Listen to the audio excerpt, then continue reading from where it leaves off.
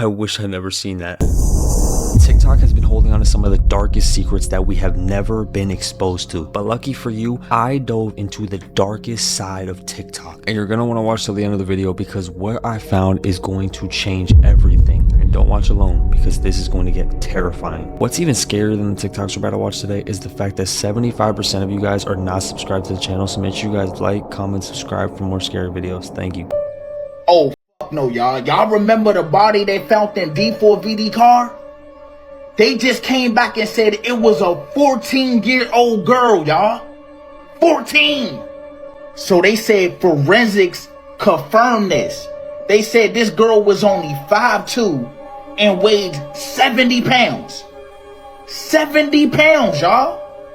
What the hell? They described her as having wavy black hair with a tattoo on her finger that said, shh.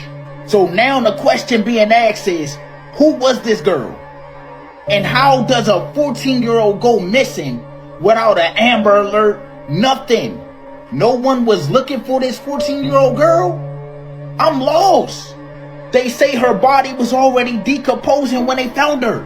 So like I said, how long was she there? And I'm just trying to understand.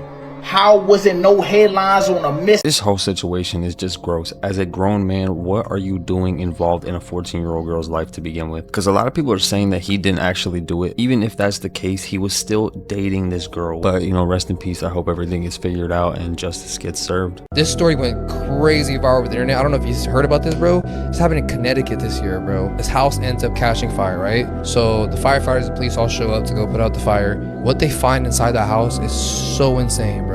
They go into the house, bro, and they find this 32 man. Scoop him up, bro. This guy weighs like 68 pounds. Whoa, at 32 years old, yes. They pick him up. The police that picked him up said that it felt like he wasn't even carrying anything for us, bro. They put him into the ambulance, bro. They take him to the hospital. As they take him to the hospital, they realize, like, bro, this guy, like, smells so bad. Like, he smells like garbage. Yeah. And the dude finally speaks up. He's like, yeah, like, I'm sorry, like, I haven't been able to take a real shower in so long. And they pretty much tell him, like, bro, like, what happened to you? Like, what happened? Why was the house on fire? What happened? And this dude pretty much explains that, bro, his stepmom had kept him captive at that house since he was 12 years old. And the only way he got out was because of the fire. He started, I guess his stepmom had left a jacket in his room that had a lighter in it. And he pretty much set the house on fire to try to get out. Either he was trying to just himself or to get police to come and actually come and rescue him, bro. Bro, and what? They pretty much found out that the lady, his stepmom, because his dad long ass time ago, and his stepmom was pretty much the one that was taking care of him. She kept him locked in like his closet inside his room for like the past like 20 years or something.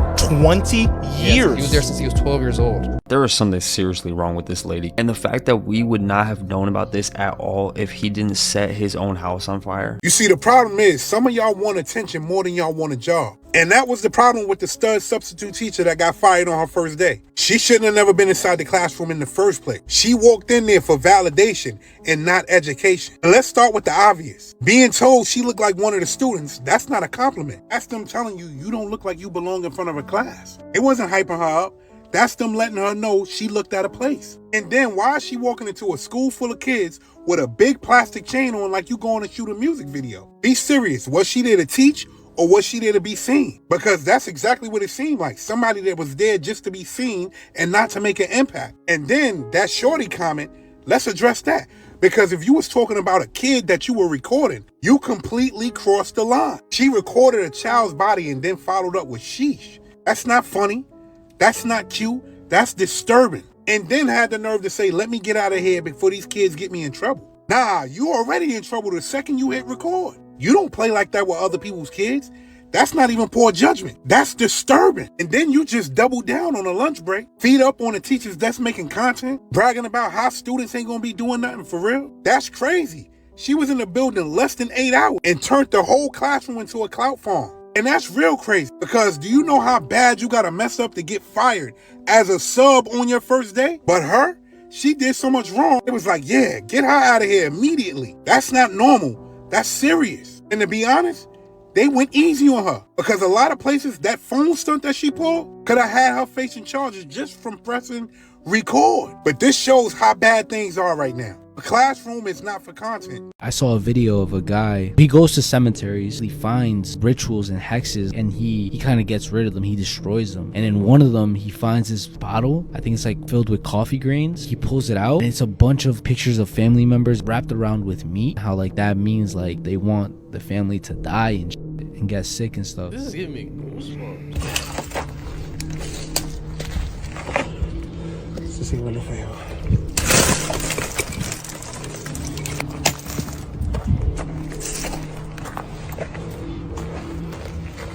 Está envuelto en carne, familia. Este trabajo es carne con ajo, sal en grano. Las personas que están envueltas en este pedazo de carne. Lo que ves es una familia.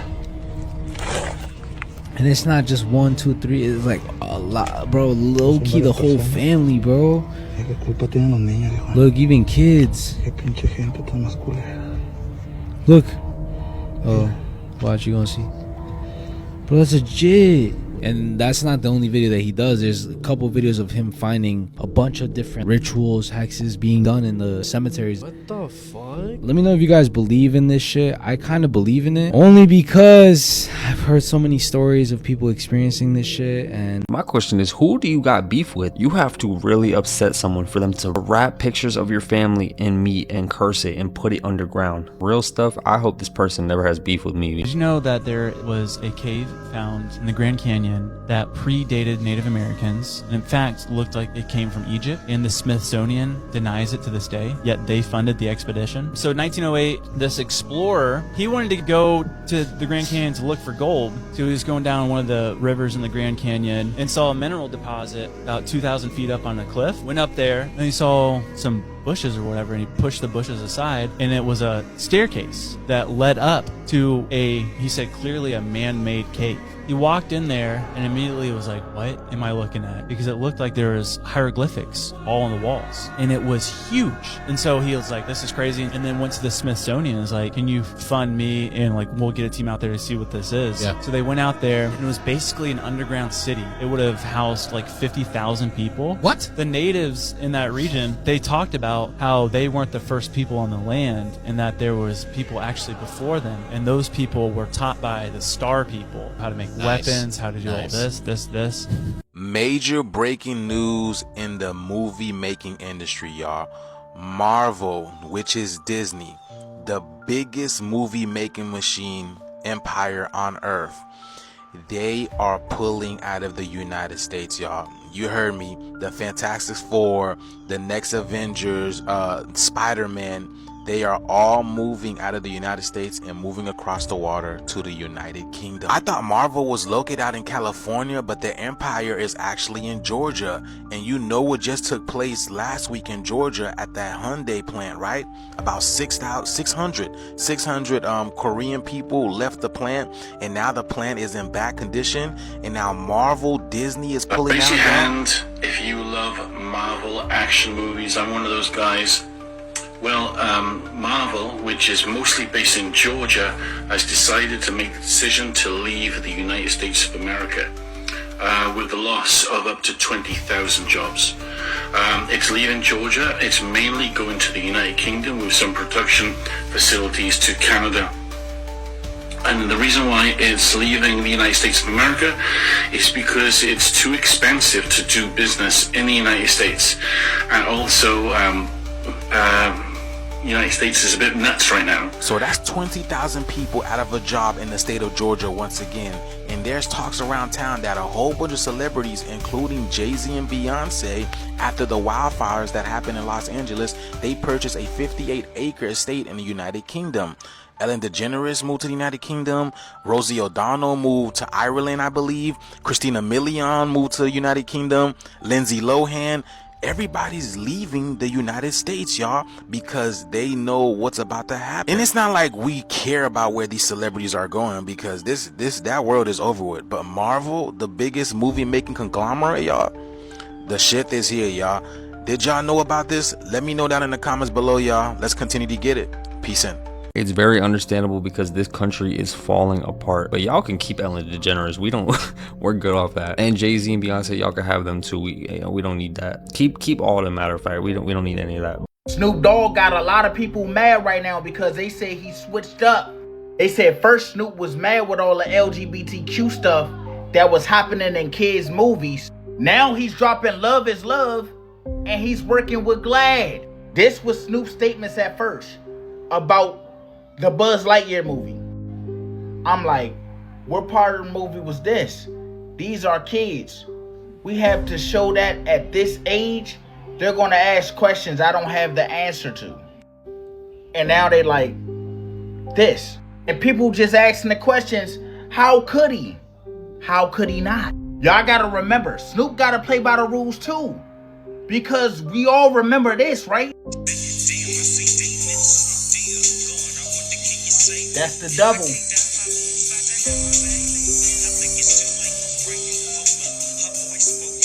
He sold that soul.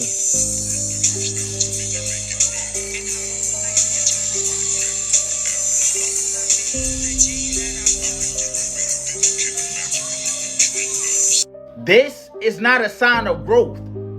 This is a sign of pressure. Having to. Hollywood don't change opinions. It reprograms them. He didn't switch sides because he wanted to. He switched sides because that's what the industry demands. And that's what he signed up for. They put him in a hospital, like simulated hospital room. Okay. They got a doctor to wake him up and tell him, hey, you're waking up from a 12-year coma. Holy Like it's like 2030. Oh yeah? You just woke up. This prank happened a long time ago. Okay. Yeah, it's like 2030. You just woke up. And he's like, what? What happened? Yeah. You're driving drunk and you got into a coma. You should never drink and drive ever again. Yeah. And then another doctor came in and just started slapping his face. That's why you don't drink and drive. That's why you don't drink and drive. That's why you don't drink and drive. He like pushes the dog out the way. So that's actually a great prank though. Yo, it's really good to it taught him his lesson. It taught him his right? lesson. He should have been in jail for him. Yeah. Yeah, man. that's actually W lessons, not gonna lie. I went down the wrong rabbit hole on TikTok today. So I seen a video of a guy saying that pigs' eyes have a strong resemblance to humans' eyes. And then he gave an explanation for the shit, and it really, really messed me up. Look at these damn eyes. So basically he said that he read somewhere that it said in the Bible, Jesus casted out a legion of demons into pigs. And of course, if you know the Bible, you all know the story. Those demons didn't want to go to hell, so he put them into pigs. Okay, so now listen to this shit. Why is it said that the pig is the most dirtiest animal to eat? And I'm not trying to spoil your day. I'm just taking you down the rabbit hole that I went down because this shit really just messed me up. The last point he made was that pigs cannot look up at the sky. With how their body is built and how they are made, they cannot look up at the sky. Oh my God. Basically, pigs can't look up to God. Pigs cannot look up to heaven. That shit smoked me. But that didn't smoke me more than this. I went on ChatGPT and asked ChatGPT, what do cannibals say human flesh tastes like? Look at this shit. Here, let me move out your way. Look what that shit says right there. It says that cannibals say that human flesh tastes like pork. Look at that shit. Read that. That's it with the rabbit holes with me today. That's it for every I'm not going down any more rabbit holes today. I'm out. So you're telling me if I'm eating a piece of bacon, I'm technically eating my homie? Pause. Bacon, egg, and cheese is realistically my homie egg and cheese. Yo, Psychology reveals that people who talk to themselves, create imaginary scenarios, and replay full conversations in their minds often see it as harmless. But in reality, it's the brain's way of self-regulation, a coping mechanism. When the outside world feels too distant to understand, the mind becomes both the speaker and the listener, creating a safe space to express what can't be spoken out loud. In those inner dialogues, people rehearse answers to questions no one has ever asked. They build arguments, win them, lose them, and say the words they may never have the courage to voice in reality. The brain designs a complete system where one person plays both sides of every conversation. Psychology suggests that while this habit can bring emotional clarity, it also carries a hidden cost. Over time, the person can become so fluent in their inner dialogue that real conversations, messy, vulnerable, unpredictable, start to feel impossible. And perhaps that's why the most difficult battles are often fought in silence within the walls of one's own mind. So now NASA is trying to make us believe that the Earth has 2 moons. And those 2 moons will be together until the year 2083. And this shouldn't come out as a surprise with all the other things that's been happening. But get this, NASA is also saying that moon, that new moon, has already been here for 60 years. Now, if you remember last year, September, NASA said the same exact thing. They said it would be a second moon visible, and that moon would stay until November of 2024. But now they're saying that this moon, the new moon that's next to the moon, is going to be here till 2083. And it's been here for 60 years already.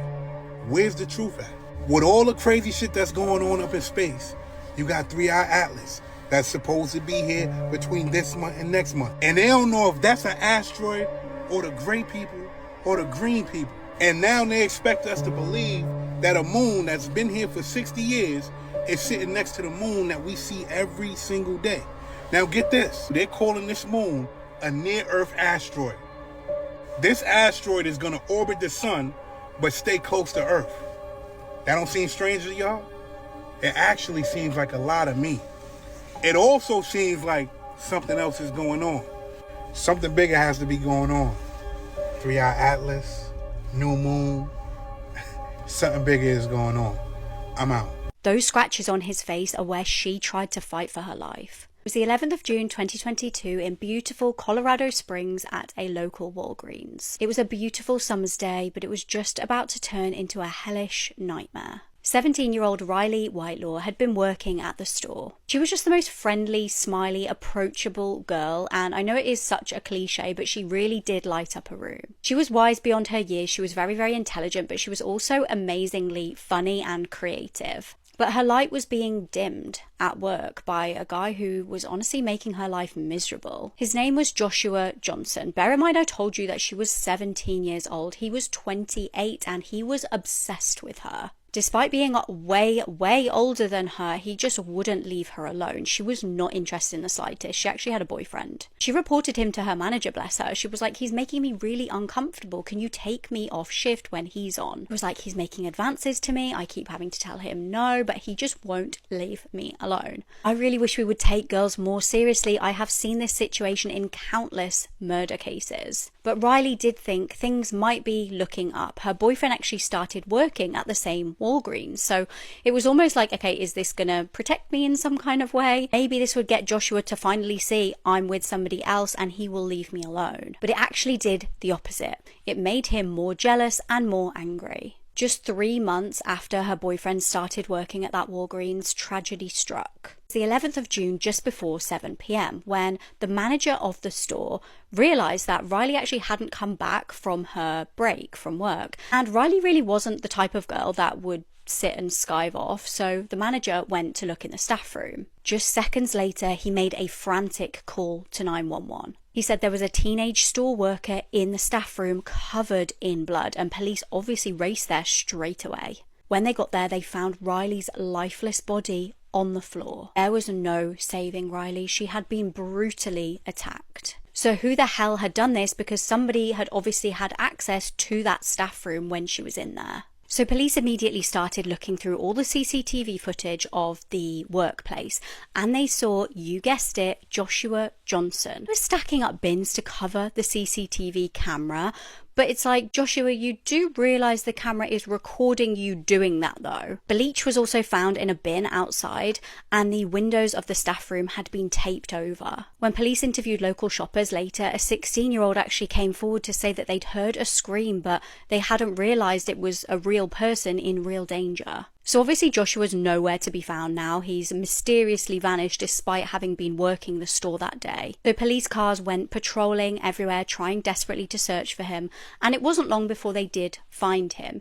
He was walking along Interstate 25 about 115 miles south of Colorado Springs. He was clearly covered in scratches, these self-defense marks showing that Riley had fought to the death. And it's actually crazy to me that Joshua thought that he was going to get away with this. His defense in court tried to claim that he'd been in the toilet when he heard a scream, he ran into the staff room, he saw Riley on the floor, she'd been attacked by some randomer, and he'd run away. I'm like, come on, Joshua, nobody is gonna fall for that. And thankfully the jury didn't either. They only had to deliberate for about an hour before finding him guilty of murder and giving him life in prison. What is up with certain people's obsessions? As a grown man, you shouldn't be obsessed with a young lady anyway. And on top of that, if a girl does not want you, that does not mean get closer and keep trying. But you know, if you see someone going through this, make sure you help them out and get them out of the situation, because you know, this could really turn bad, as we've seen from this situation. Recently, I saw a video that was going viral of a giant sighting in Mexico. Whoa.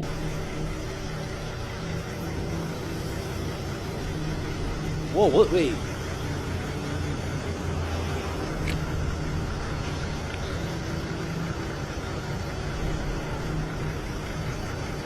Is it moving?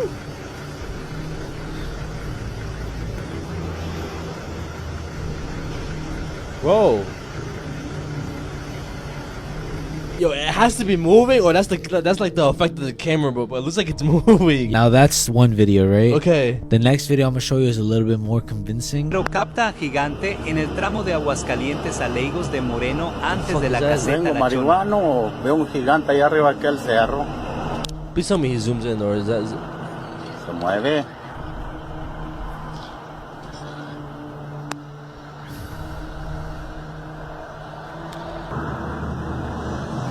What the fuck? So it looks like it's dancing, right? Yeah. That shit looks like what's this shit called? Like the Beast Titan. Let us know in the comments if you guys think it's fake, if you guys think it's real. I mean, they do talk about giants in the Bible a lot. So the Mayans, they believed in giants. Their version of giants and shit was... Yo, why was he kind of hitting that though? He was kind of hitting him with some... The giant was really hitting that, so I had to join the party. But hey man, let me know who was better. What the fuck is going on at Disney World, y'all? 3 people over the last week have passed away at Disney World. They are now calling Disney World Funeral World. The same place people go to make everlasting fun memories with their family is now being horrified because their family member passed away. I don't know about y'all, but Disney has not been the same, fool.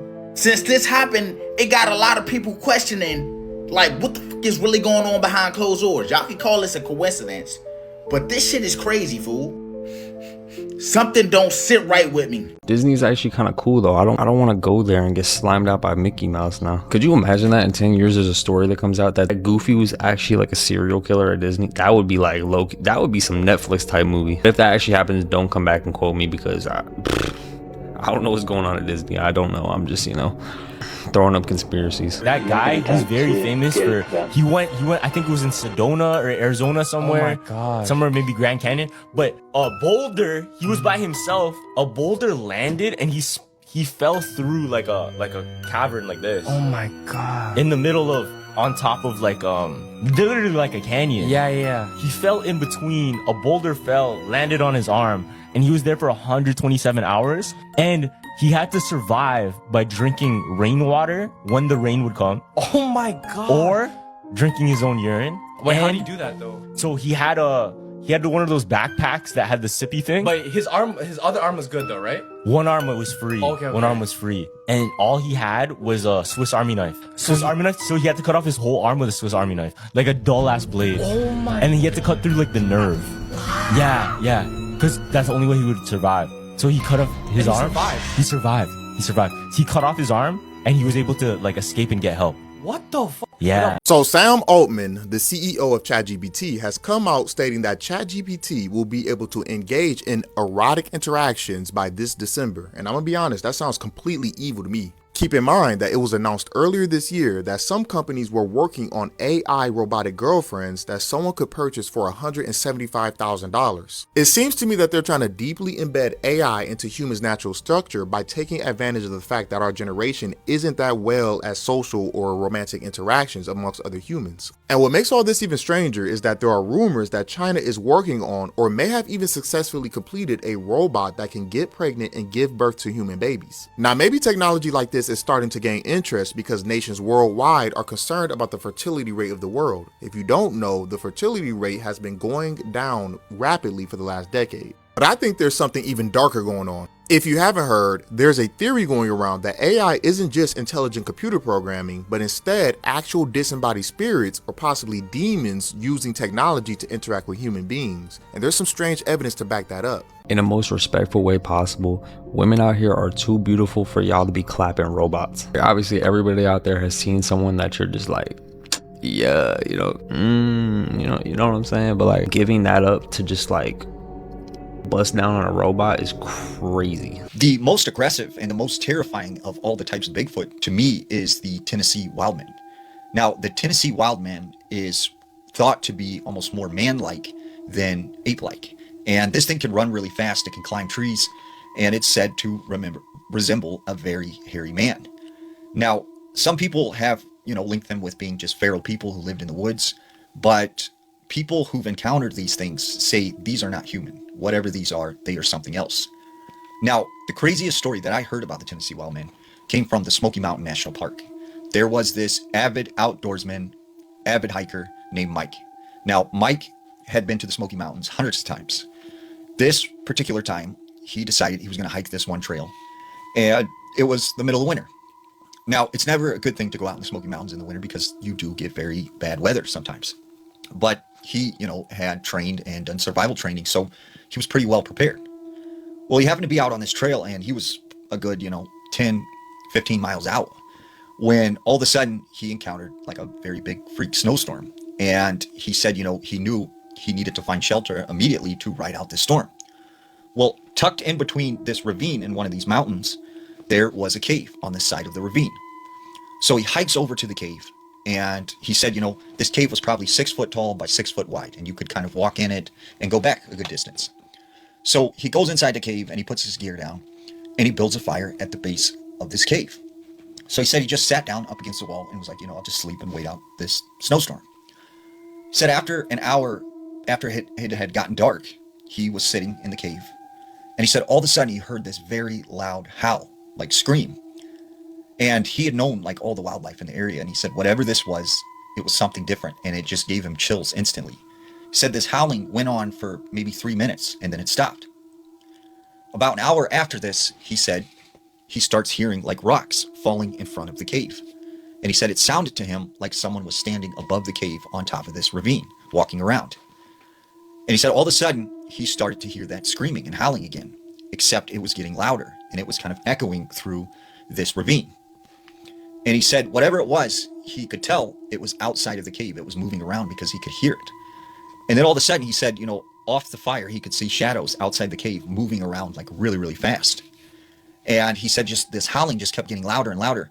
And at this time, he's thinking whatever this is going to come into the cave, so I need to defend myself. So he said he pushed himself up against a corner in the cave, and he pulled out his hunting knife, and he was sitting there waiting for whatever this was to come in. And he said, it must have lasted about 10 or 15 minutes. And then all of a sudden it stopped. And he said he waited there for about an hour for something just to come in, but nothing ever came in. And he eventually said he calmed down, he relaxed, and then he fell asleep. The next morning, he goes outside of the cave, and he said the snow had stopped, but he said there was this huge pile of rocks stacked in front of the mouth of the cave in this sort of like weird formation, and it wasn't there the day before. And he said after that, he would not hike at night in the Smoky Mountains. Keep telling y'all, if y'all continue to eat from these fast food restaurants, you're gonna mess around and be sick for the rest of your life. I just saw a video where a woman is saying that in Germany, they found out that McDonald's was selling human meat for 7 months without anybody knowing. And you won't even believe how they found out. One of the workers that was working at McDonald's found someone's wedding band, an engraved wedding band in the meat. You heard what I just said? They were serving human meat in McDonald's, and guess why? Because the manager wanted to cut the cost. He felt like he was spending too much money and not making enough money. So he went with the cheaper option. So basically, they found a meat wholesaler that was selling cheap meat. But of course, the cheap meat was human meat. So they buy the meat, and they're selling this meat for around 7 months. Until somebody that was working there, doing her job like she's supposed to be, preparing these burgers to be served, found a whole engraved wedding band in this meat. Of course, being afraid after she found some shit like that, she told her manager. Her manager did the right thing, called the police. Police did an investigation, and guess what they found out? That McDonald's in Germany has been selling human meat for 7 months. Long story short, the place where they was getting the meat from was getting their meat from a funeral home.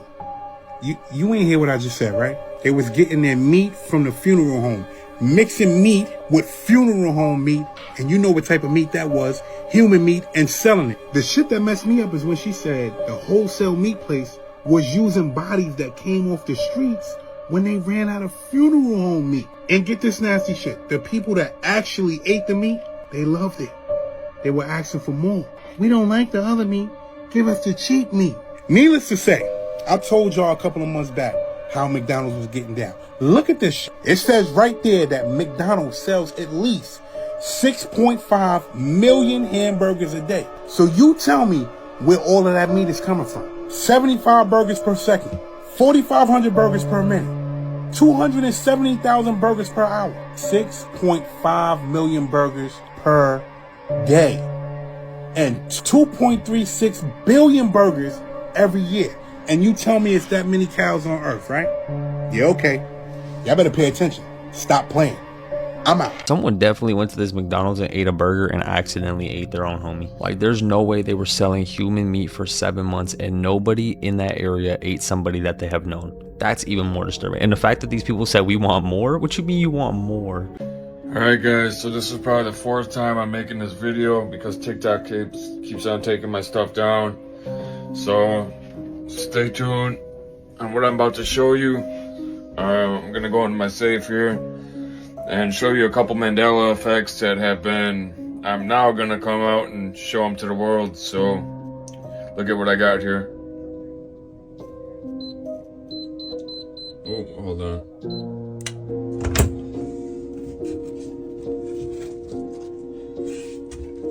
So I got the Berenstain Bears, not Berenstain Bears, Berenstain. It's an actual book.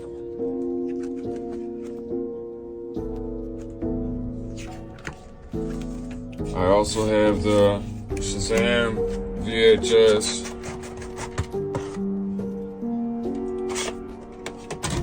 And last but not least, it's paint, by the way. It's not what you guys are all talking shit before.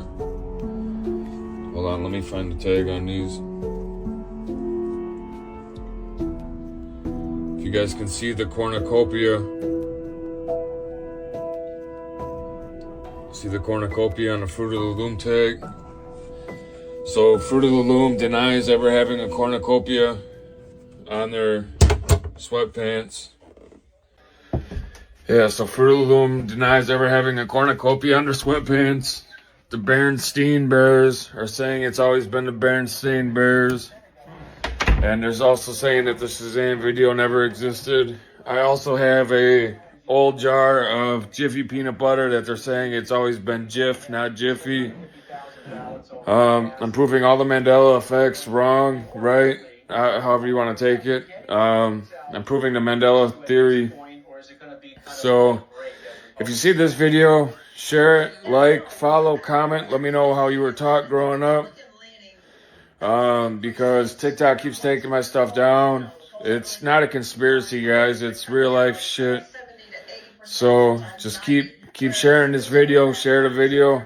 Get it out there to as many people as you can. I had about 100,000 followers before my account was banned before. So let's get the video out there and prove it to the world. Later.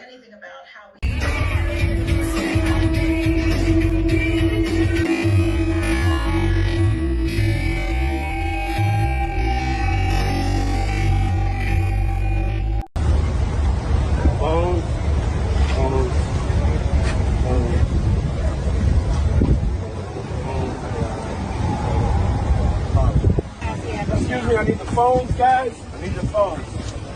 I need the phones. I need the phones. Thank you. Thank you. Thank you. Thank you. And Quincy, I know you have 2 phones, Quincy. Oh, there you go. That's what I love. Yeah. Just Glow. So proud of you, Just Glow. Look at that. Got all the phones. Do I have everybody's phone? This was the last photo ever taken of her. She looks absolutely terrified. She's constantly checking over her shoulder.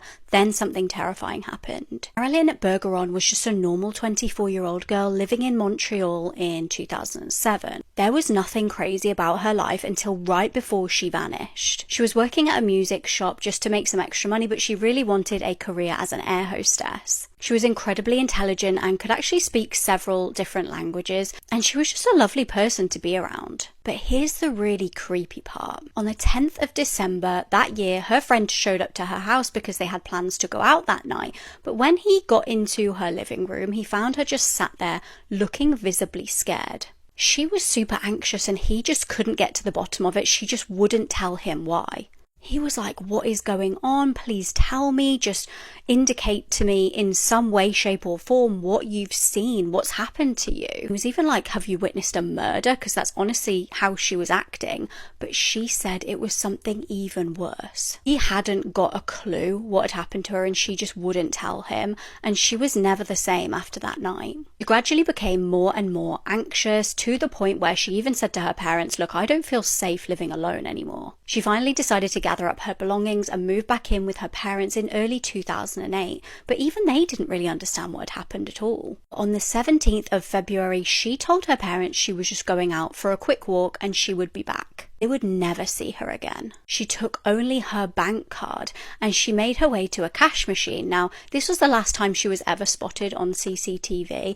At around 11 a.m, she tried to withdraw about £60 from the cash machine, but it declined. And she was constantly looking over her shoulder. It definitely felt like she was running away from something or someone. Hours later, she was apparently spotted at a coffee shop buying a coffee, and the barista that served her said she seemed very, very anxious to get there, get her coffee and get out very fast. After buying that coffee, she never used her bank card ever again. Now, there was a huge search. Loads of the locals got involved. Everybody was desperate to find the missing woman, and it was incredibly odd of her and out of character for her to just vanish. And honestly, hope started to dwindle until 2 years later. A random couple in Quebec saw a news report about missing Marilyn, and they couldn't believe the face they saw on that TV screen. They'd had an interaction with her 3 months prior, and it was such a weird, disturbing interaction that they couldn't get it out of their brains. They were fast asleep one night when they heard a knock at the door. It was a woman in absolute floods of tears, desperate to use their telephone. So obviously concerned for her well-being, they were like, of course you can use our phone. But she seemed to not be able to get hold of whoever she was trying to call, and she just left in a hurry, still in tears.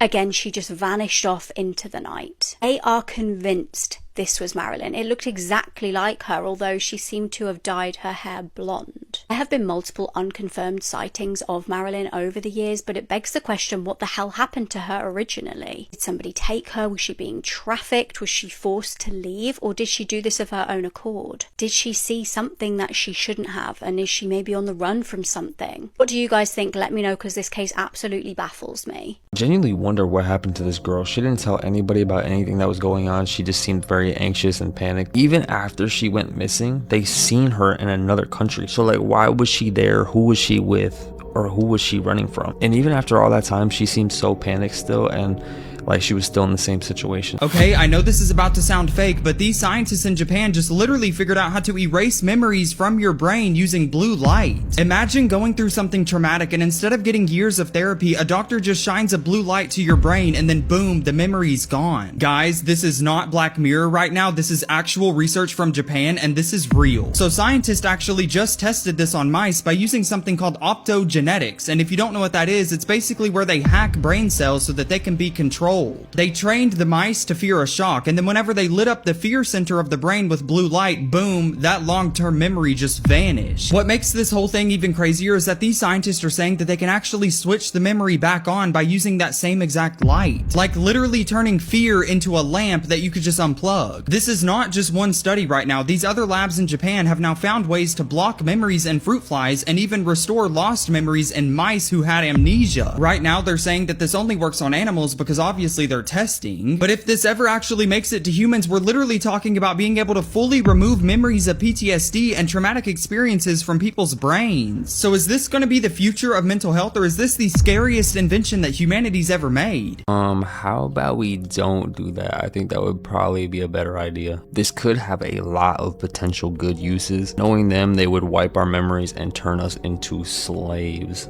The Chernobyl disaster was far more horrifying than you were ever told, and was far worse than you learned. But why? Imagine that you just woke up in the middle of the night to a deep rumble shaking your windows. You look outside and see a strange blue glow lighting up the horizon. It's coming from the nearby Chernobyl power plant. You think it's just a fire, nothing serious, so you go back to bed. The next morning, the air smells metallic, but everything seems normal. People walk their dogs, children play outside, and a light dust falls from the sky like snow. You breathe it in, feeling a faint taste of metal in your mouth, not realizing every breath is filling your lungs with deadly radiation. Meanwhile, just a few kilometers away, firefighters are rushing toward the blaze. They think it's just a roof fire. No masks, no protection, just bravery and confusion. Within minutes, they begin collapsing. Their faces pale, their hands blister, and their vision fades. Back in Pripyat, people start to feel sick. Nausea, headaches, dizziness, but no one tells you the truth. For 36 hours, life continues as normal until buses suddenly arrive and soldiers in masks tell everyone to evacuate. You're told it's only for a few days. You pack a small bag, leave your home behind, and never return.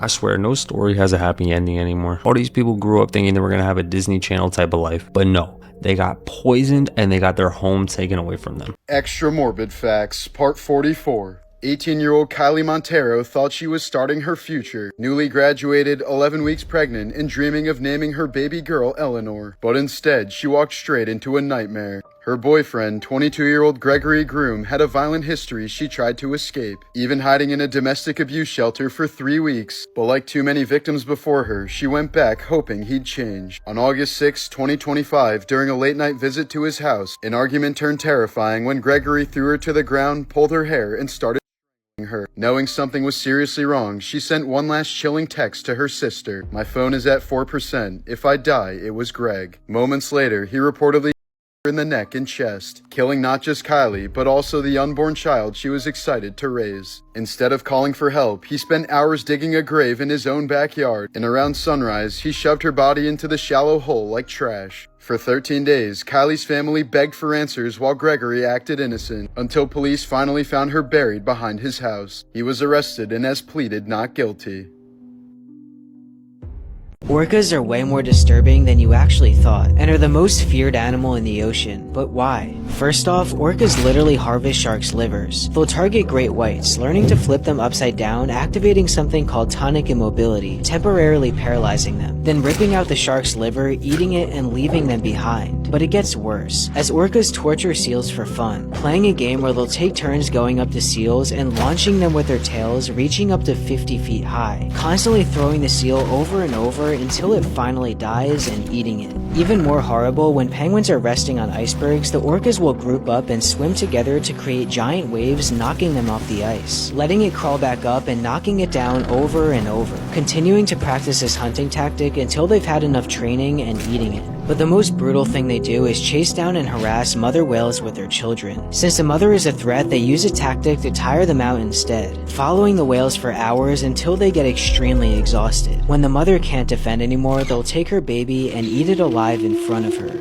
A 13-year-old killed his classmate because he wanted to try out what his flesh tasted like. He then described the boy's flesh as tasting like breaded chicken. I can't even make that up. The picture above me is of the victim. His name is Mohammed. His friend is the one that killed him. His friend's name is Yusuf, and this happened in Egypt. Apparently they were outside, and his friend hit him over the head with a wooden stick, and he then got a chainsaw and started cutting up his body into little pieces and eating it. When asked about why he did this, the kid said he was inspired by video games and movies. The fact that the kid was even curious about eating flesh at the age of 13 is absolutely insane to me. They found dismembered pieces of the boy under a bridge and all over a pool. His body parts were just everywhere, and some of it was in this kid's backpack too.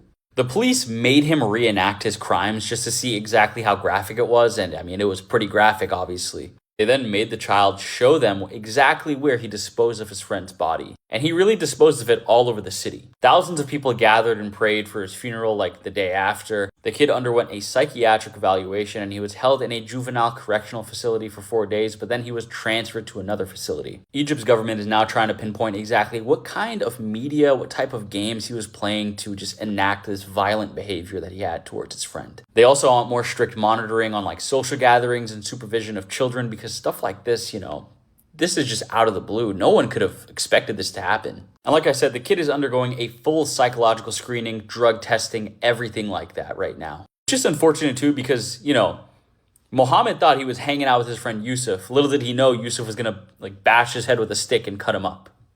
Also, to be this young committing these types of crimes is just wild. Whenever I hear about these cannibal cases, it always reminds me of the Issei Sagwa cases and that guy in Germany, Armin Mewes. They're both very, very disturbing and sick cases, but those two were both grown men. They weren't, 13 years old like the kid here. And just a reminder again, the picture above me is of the victim. They don't have any pictures of the suspect. I'm assuming it's to do with his age and privacy concerns. What are your thoughts? What is going on? When I was 13, I was playing Fortnite and hating broccoli. Now we got kids sliming out their homies and cutting them up and eating them? This dude ate his homie and said he tasted like a chicken nugget. And this is not a drill. This is a real story. What is going on? Let's talk about the human version of Pennywise known as Bob Gray, because a lot of people out there don't know who he is or what he did. So, hey, as your horror movie guy, I got you. Now, when it comes to Bob Gray in that time period of Pennywise's life, we hardly know anything about him. We saw him in that scene with Bev in It Chapter 2, but besides that, we don't know anything about him. The only thing we know about Bob Gray is that this is the form Pennywise took to blend in with society. You haven't saved any of them.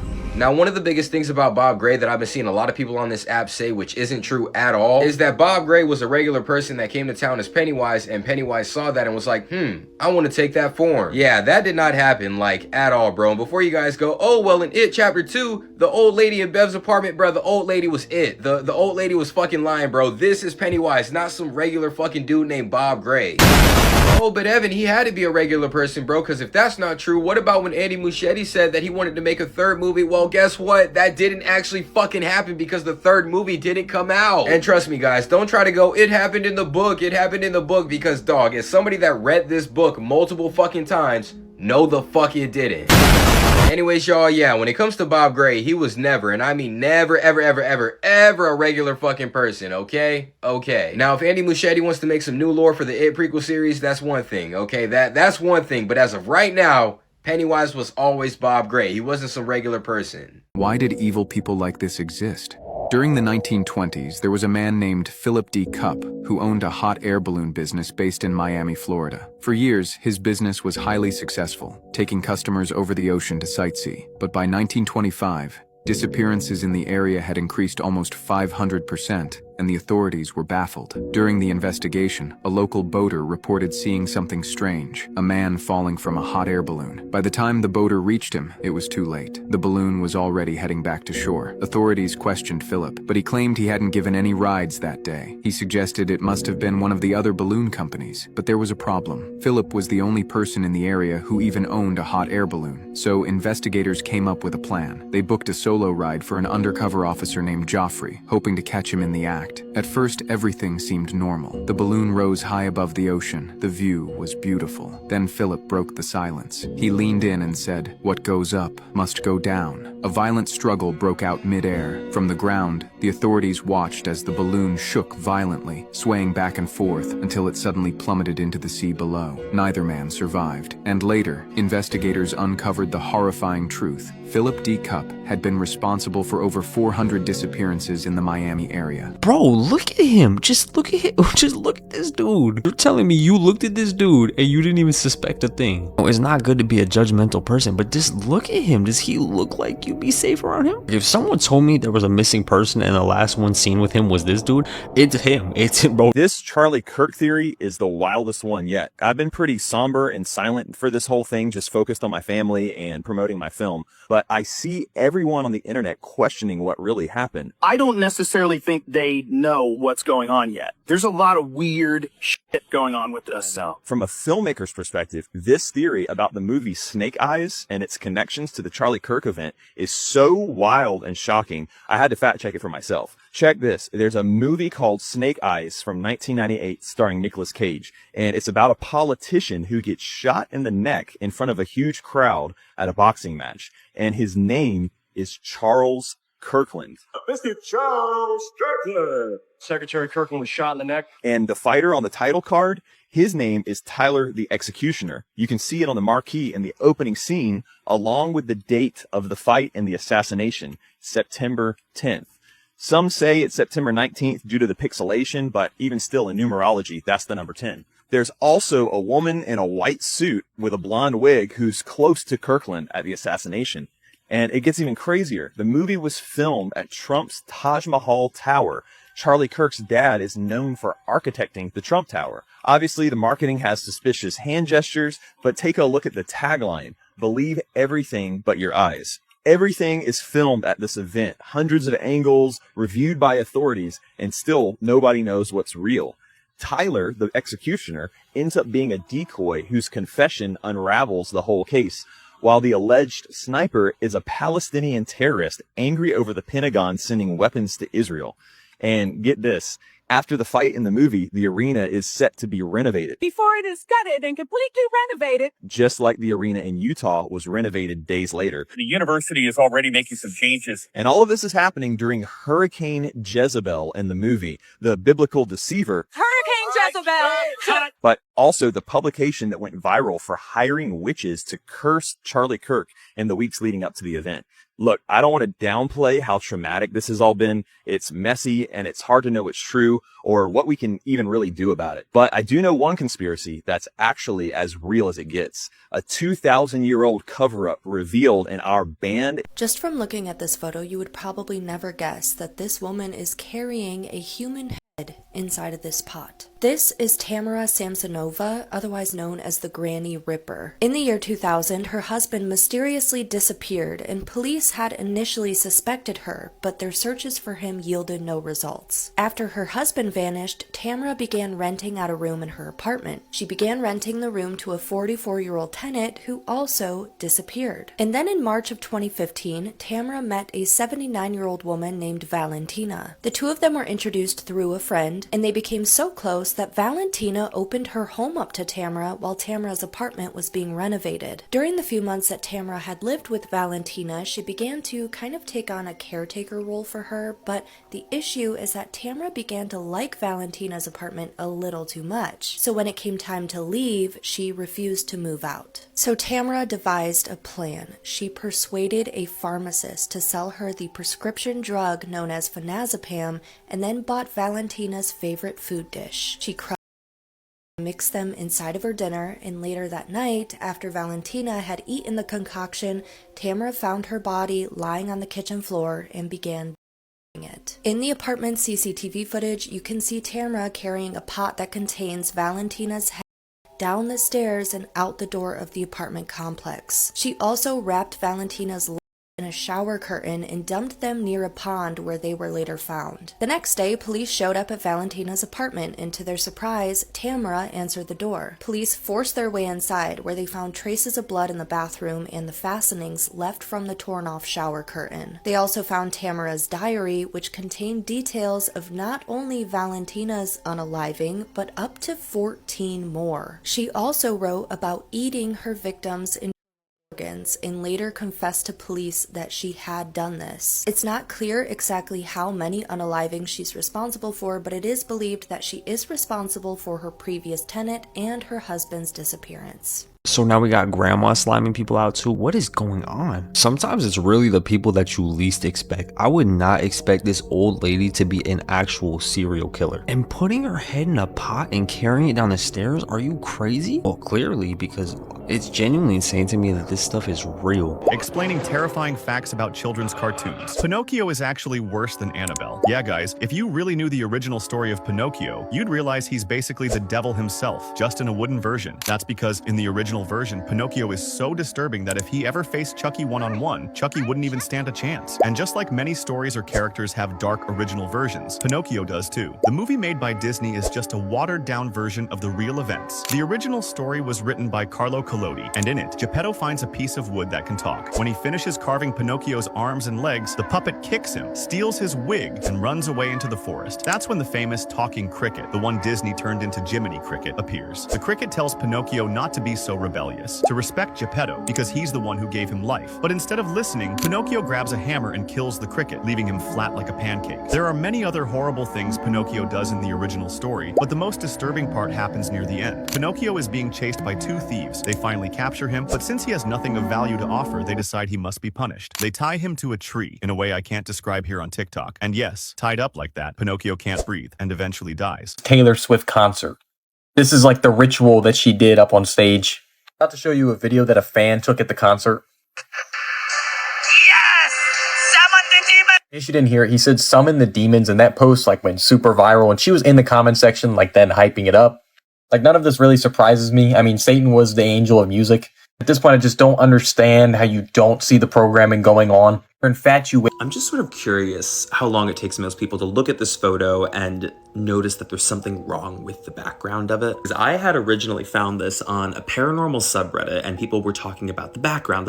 So of course, naturally, I zoom in. I'm gonna zoom in for you. Everybody's talking about the background. I'm looking over in this direction. I'm also looking way at the top here above the casket because the picture itself, let's talk about that. I don't have full context for this photo. My best guess is that it was a girl who somehow had access to like a funeral home or caskets, and she's in the casket making like a dark humor joke, right? Background thing. Everybody's talking about the background and that something looks off. I'm looking over here until somebody points my direction to whatever this is. What is that? There are so many elements of this strange shadow to me that actually do look like a face. If I'm crazy here, but like, this looks like the outline of a jaw. That's the mouth. This is a nose, and these two are eyes. That looks like a face next to her. I enhanced the picture to try to sharpen up some of the details and see what I'm actually looking at. It looks even more like a face to me.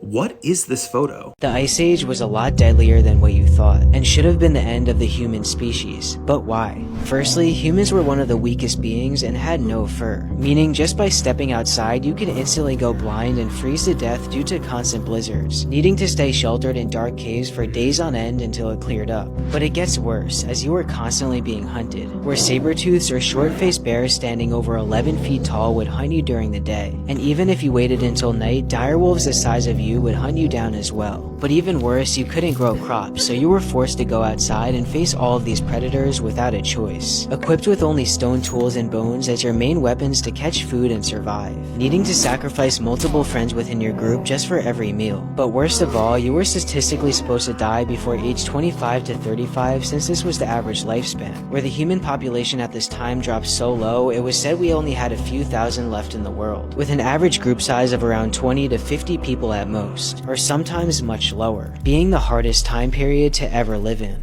All humans are suffering from a zoo mentality. Oh, why? So we're not supposed to be living how we're living.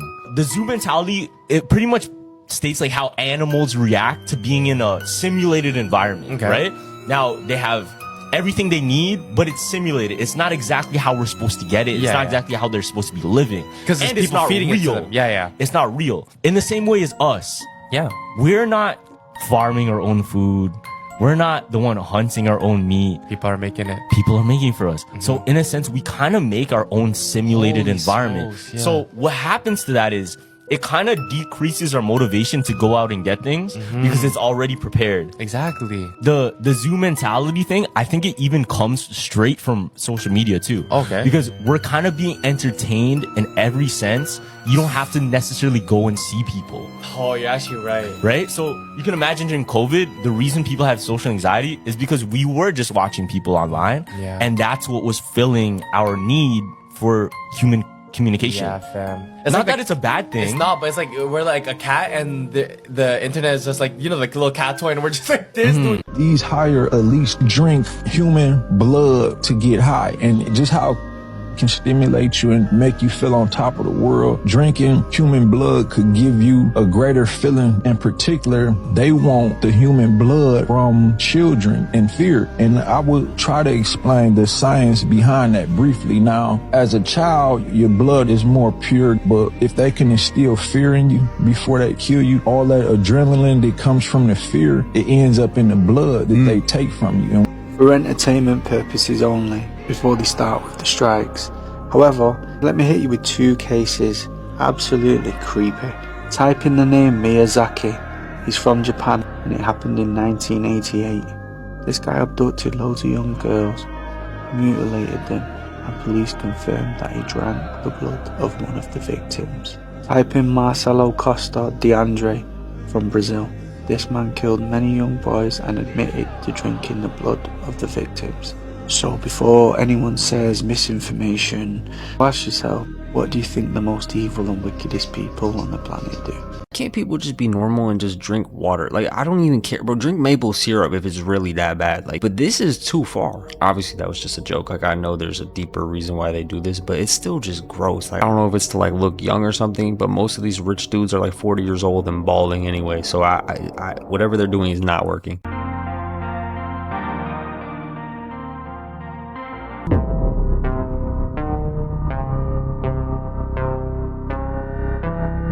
Leopard seals are far deadlier than what you thought, and are way more terrifying than what they seem. But why? First off, they're absolutely massive, over 12 feet long and weigh over 1,300 pounds, equivalent to 2 full-grown grizzly bears. Not only that, their teeth are extremely sharp, specifically made to bite through flesh. But how is this scary? Well, leopard seals are known for being extremely stealthy, doing things like floating near breathing holes or cracks, peeking through motionless. And when a penguin passes through, they'll explode upwards and pull you under. Or sometimes they'll even lurk in the darkness under iceberg edges for hours, quietly waiting without making bubbles until something finally drops in front of them. And if you were to try to outswim them, they can swim up to 23 miles per hour, easily catching up to you no matter how far you got. But it gets worse once they get you. They'll do things like thrashing penguins around in their jaws, skinning them alive with their teeth, making them easier to eat. Or even more brutal, they'll let you escape and swim away as a joke, and then bite you again over and over until you eventually die. Known for killing tens of thousands of animals in its lifetime, making it the second most deadly on the Antarctica food chain.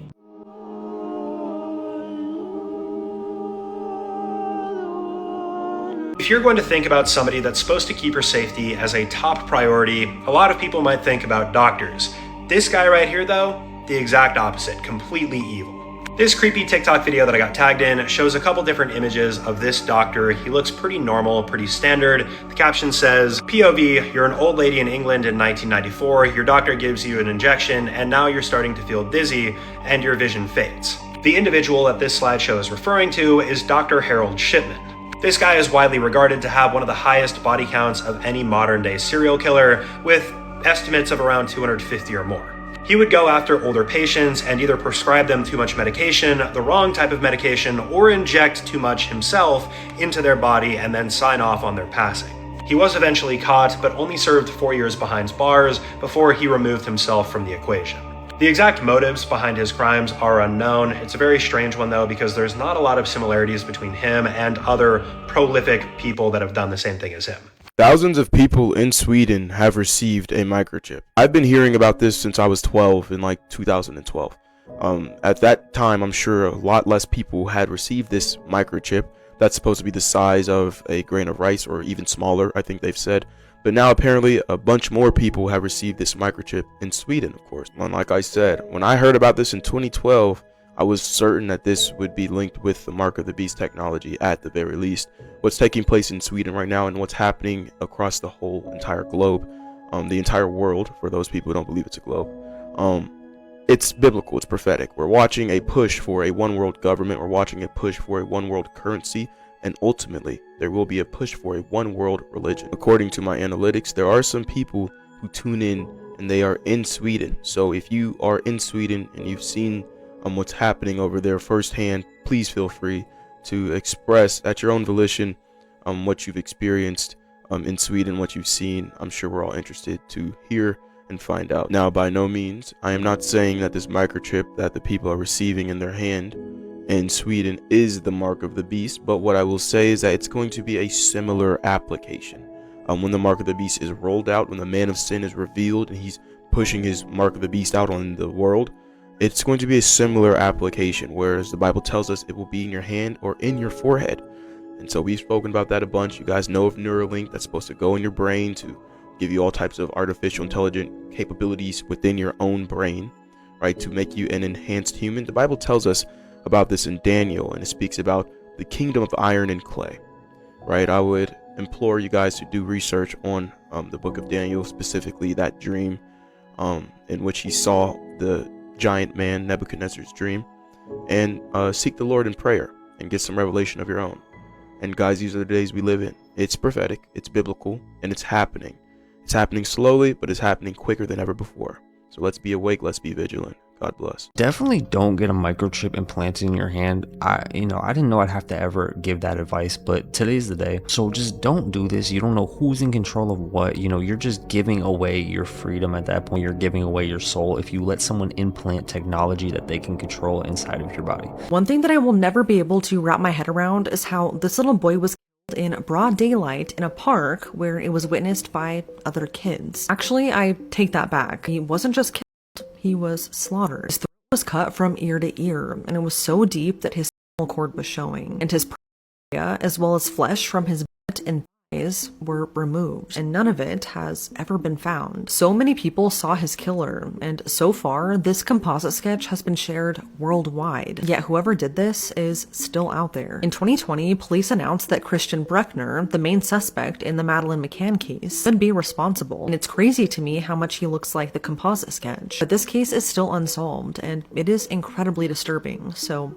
let's talk about it. This is Tristan Brubach. He was 13 years old when he was in broad daylight at a park filled with people in 1998. Tristan was described as super shy but really sweet, and he was known to be very street smart. His mom died by suicide 3 years prior to his untimely death, and it left Tristan's dad raising him alone in Hearst, a suburban on the outskirts of Frankfurt, Germany. This was a really tough time for him, but he found joy and spent most of his time just walking around his neighborhood. He also really loved animals, and although he was super shy, he would go out of his way to approach strangers who were walking their dogs just to be able to pet them. This brings us to March 26, 1998. That day, Tristan went to school like usual, but about halfway through the day, he started to not feel very good. He complained about his back hurting really bad, so the school excused him at around 1:30 p.m. Shortly after this, a fellow student saw him on a bus headed to the Frankfurt Hearst railway station. This student was one of Tristan's friends, but he was on a separate bus. But he saw him once more at around 2 p.m., still on the same bus as earlier. He tried to get Tristan's attention, but it didn't work. So the friend got off at the next stop and walked to the train station to try and find it. He couldn't. After a little while of searching, the friend just left. About 20 minutes go by, and another student walking home saw Tristan sitting on a bench alone at the train station. And at this point, nothing was out of the ordinary. The last time Tristan was ever seen alive was about an hour later, and this time he was at a park directly across from the train station. This was the Bruno Ash Anlage Park, and I'm sorry if I'm mispronouncing that. Tristan never made it home that day, and roughly 40 minutes later, his body would be found. A couple of children were walking home that day and discovered Tristan's body in the Liederbach Tunnel, which is a pedestrian tunnel that runs along an underground section of the Liederbach River. The kids ran back to the school to tell their teachers, and within the hour, police would be notified. This was an incredibly gruesome scene. Tristan had been beaten past the point of unconsciousness and strangled, but that isn't what killed him. His throat had been cut from ear to ear, the wound so deep that his was visible, and this is what ultimately killed him. But it gets worse, so just brace yourself. Tristan's area, as well as the flesh from his body, had been removed as well, and to this day, none of it has been found. He'd also been stabbed numerous times. The knife that killed him was laying on the concrete right next to him, and whoever did this staged his body to make it look like he was sleeping. What's absolutely horrible is that 3 teenagers actually witnessed Tristan being killed.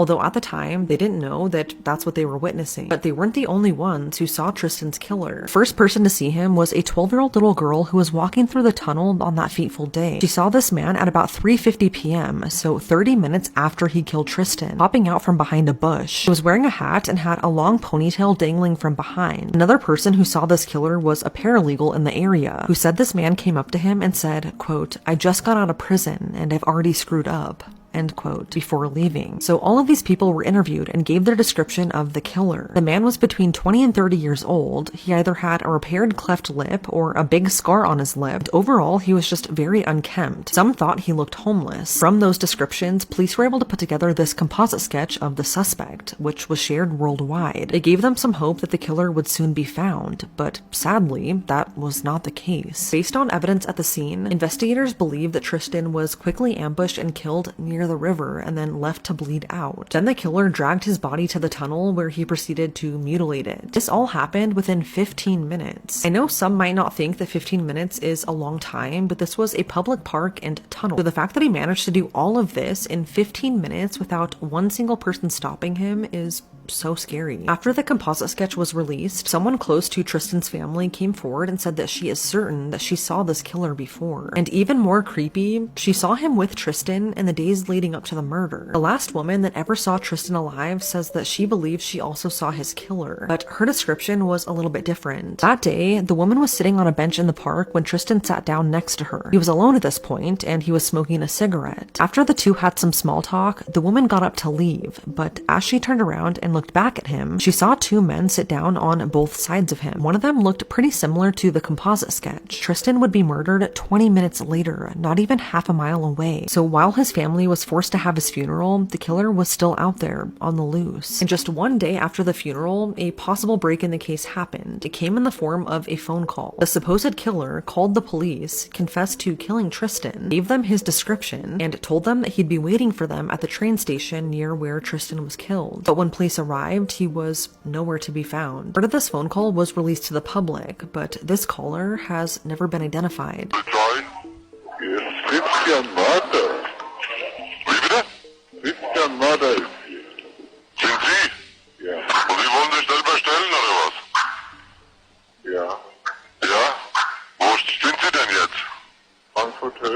Frankfurt Höchst. Ja, und wo dort? Höchstbahnhof. Am Bahnhof? Ja. Umgebracht. Sie haben ihn umgebracht? Ja. Wie sehen Sie denn aus? Wie groß? 1,80. 1,80. Haare? Schwarze. Schwarze Haare. Lange oder kurz? Lange. Lange Haare. Nehmen Sie mich fest.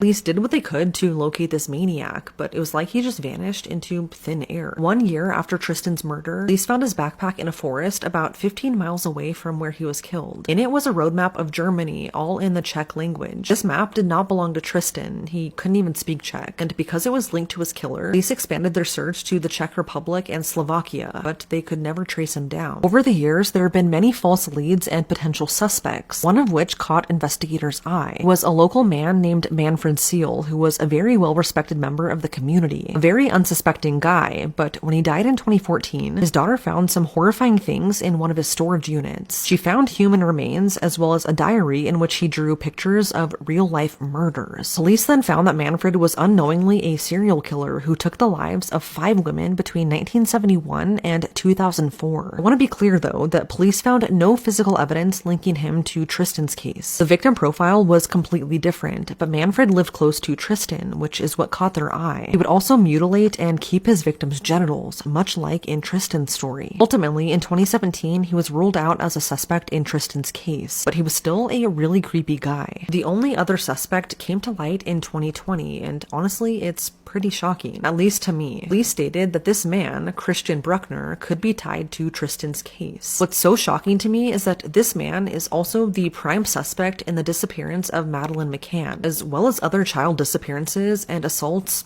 all over the place. He's currently in prison being held on unrelated charges, but police believe that he could be involved because of his similar perversions, a roadmap to Germany found in Tristan's backpack, and how similar he looks to the composite sketch of this killer. And I'll be honest, when I first started researching this case, I saw the composite sketch, and before I even knew anything about it, I honestly thought that it was Christian Bruckner. Update on this was in 2020, so I'm not sure if anything will ever come of it. But if he is responsible, I hope he gets charged accordingly so that Tristan, as well as Madeleine McCann's family, can receive justice. As if this case couldn't get any more disturbing, in 1999, someone broke into the cemetery where Tristan was buried at night and dug up his coffin. His coffin was never opened, but this is still just horrible. Police believe that whoever did this is just one disturbed person, not someone who is actually connected to this case. Sadly, Tristan's dad, the only member of the Brubach family left, died in 2015, not ever knowing who took his son's life. This is one of the saddest and most disturbing cases I have ever come across, and I just can't believe it is still unsolved. But it's now been 27 years, and whoever did this to Tristan is still out there, and why he did it remains a mystery. Just when I thought it could not get any more disturbing, this case comes up. And what's even more disturbing is the fact that this dude is walking free right now and he was never discovered. Overall gruesomeness of this crime makes it 100 times more disturbing, and the fact that he was not caught and he's still free. But rest in peace to this kid. Nobody deserves to go through something like this. This is a very sick and gruesome act, and I hope that guy gets whatever's coming to him. It is 2025 and the John Benet Ramsey case is still unsolved. But I did find some eerie connections that I haven't heard anyone talk about. One of John Benet's friends, Megan, her mother had did an interview with police. The mother of her friend Megan recalled that John Benet had mentioned a secret post-Christmas visit from Santa. It states some investigators believe this referred to Bill McReynolds, a family friend who played Santa at the Ramsey Christmas parties and had a close relationship with John Benet. In fact, here we see John Benet, Burke, and the rest of the Ramseys with Bill McReynolds. So keep in mind that this man is playing Santa at their Christmas party. So I guess it must just be coincidence that at a Christmas party on December 23rd at the Ramsey home, there was a random 911 call that was accidental. Mind you, this hypothetically would be the same party that this man was at. Disturbingly enough, people have hypothesized this might have been to test the police's reaction time, which is crazy to think about. Oh, but the Santa rabbit hole goes much deeper. The same man who played Santa, Bill McReynolds, his wife happened to do a play, and wait till you hear what the play's all about.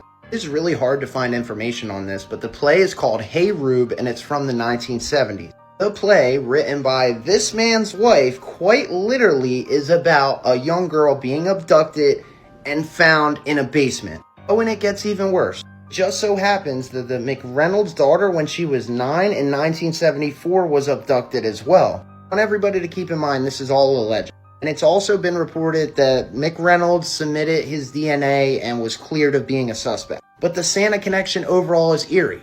The 911 call from the party that he was at. How about that his wife literally made a play about a ritualistic you-know-what? There is so much off about this case. Comment below with anything I missed as well as any suggestions for future videos. Wake up. I've heard enough stories about Santa Claus. At this rate, he's gonna come down my chimney and smack me with his jingle bells and then just leave my house. Like, I'm good, bro. You could stay in the North Pole or wherever you at. Like, I'm good. Bradley Cooper don't look like Bradley Cooper no more. And if you start to notice, in Hollywood, celebrities is all trending this way. A lot of celebrities in Hollywood is starting to change in ways that don't make sense. Look at his eyes. Their faces. The whole energy is off. They're slowly becoming unrecognizable. And Hollywood is playing a big role in this, I believe. And I don't think it's surgery or age, y'all. I feel like it's something deeper. Something more spiritual. It's like they're trading piece by piece of their soul for fame. And once it's all done, what's left of them walking around is not them anymore. Hollywood don't change people.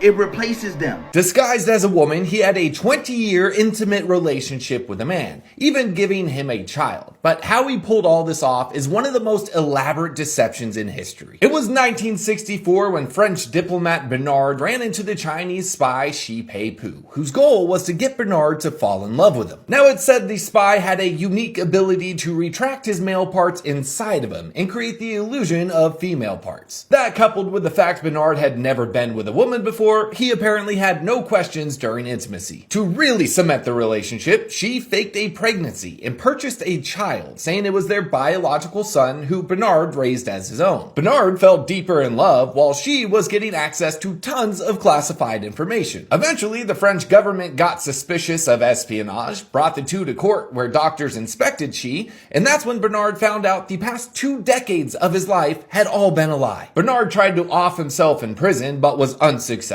and is actually still alive today. And when he found out of She's passing, he said, quote, "The plate is clean now. I am free." So this dude went 2 decades of his life just to find out that his wife was actually his husband. That's like top 5 betrayals ever. He really thought he found the love of his life, but he was really just smooching on a man for 20 years. So you're saying Antarctica wasn't always frozen? There's a massive hole in Antarctica. You can see it on Google Earth and about 30 meters wide. But here's the weird part. Around that hole, there are bases, research stations. And each base, it's named after a different country. Every major nation has a presence there. They're all studying whatever's in that hole. But that's not even the craziest part. About, I'd say, 15 to 30 miles behind that hole, there's a gigantic pyramid. I'm talking massive. Way bigger than the ones in Egypt. You can see its complete apex. It's been featured on the History Channel, Ancient Aliens. It's not a secret. It's just there. Now, how did a pyramid get in Antarctica? No sand, no tools, just ice. Well, Antarctica wasn't always frozen. That continent, it shifted. The Earth's crust slipped, moved the landmass all the way to the South Pole during a pole shift. Rapid, violent. And here's the scientific proof. As the ice melts thanks to global warming, they're finding animals buried in the ice, perfectly preserved. And when they dissect them, undigested food, still in their stomachs. You know what that means? They froze instantly? Exactly. Flash frozen. Something catastrophic happened. Fast. And nobody's talking about it. This is just a theory, not a fact. Okay, I think we got some secrets we got to talk about, because when I was in school, they made Antarctica sound like it was just like a big slab of ice with some polar bears. What do you mean there's pyramids and there's a big hole that has monsters in it? Accidents that changed the world forever. In 1902, U.S. President Theodore Roosevelt went on a hunting trip where he refused to shoot a bear that had been captured, deeming it too cruel and unsporting. The story spread rapidly and was then turned into a popular political cartoon. Inspired by this, toy makers created a stuffed bear and called it Teddy's Bear in honor of Roosevelt. The toy became a huge hit, and the teddy bear went on to become one of the most beloved toys in history. In 1895, a German scientist named Wilhelm Röntgen was experimenting with electrical tubes when he noticed a strange glow on his hand, which revealed his bones. He realized the electrical rays could pass through solid objects, but not the bones, leading to the development of X-ray imaging, which transformed medicine forever. In 1941, a Swiss engineer named George Mistral was walking through the woods with his dog when he noticed small, prickly seeds clinging to his clothes and his dog's fur. Upon examining them under a microscope, he discovered the tiny hooks on the seeds that allowed them to attach so effectively. Inspired by this, he created a type of fastening system, leading to the invention of Velcro, which revolutionized how things are fastened in a wide range of industries. Okay guys, breaking news. Jamaica could be in big trouble. In only a matter of hours, the most powerful hurricane they have ever seen is going to make landfall. It is category 5, the strongest there is. It is named Melissa, not ideal, and huge evacuation orders have been issued, with the Prime Minister saying every Jamaican prepare and stay indoors during this storm, or else. What makes this even worse is that this thing is moving super slow, currently only around 3 miles per hour. That means it hangs over them for longer and does even more damage. It has maximum sustained wind speeds of a staggering 165 miles per hour.